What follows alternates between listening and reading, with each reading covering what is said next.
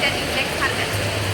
Indeks adalah alat atau ukuran yang digunakan untuk mengelompokkan, menganalisis, atau membandingkan suatu data atau informasi tertentu dalam bentuk angka atau indikator.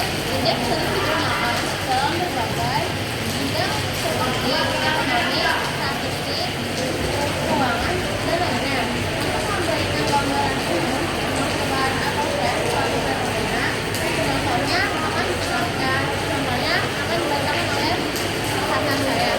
Contoh penggunaan indeks yang pertama ada indeks harga produk indeks harga mengukur perubahan rata-rata harga barang dan jasa yang dikonsumsi oleh rumah tangga. Yang kedua ada indeks saham mengukur kinerja kelompok saham di tertentu di pasar modal seperti IHSG, indeks harga saham gabungan di Indonesia.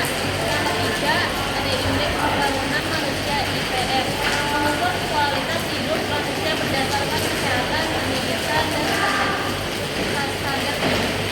Indeks biasanya dinyatakan dalam angka dasar value yang menjadi patokan untuk membandingkan perubahan nilai pada perubahan.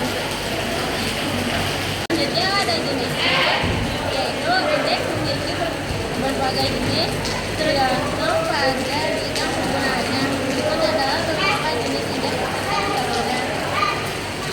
1. Indeks ekonomi dan keuangan. Indeks harga konsumen (IHK) mengukur perubahan rata-rata harga barang dan jasa yang biasa dikonsumsi rumah tangga.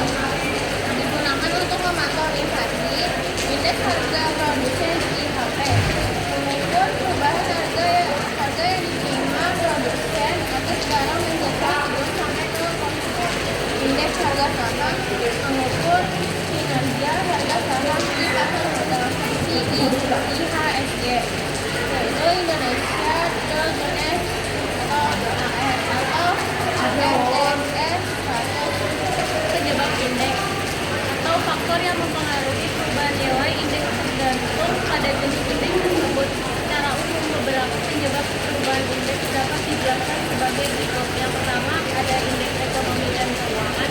Inflasi atau deflasi, perubahan harga barang dan jasa dapat mempengaruhi indeks seperti indeks harga konsumen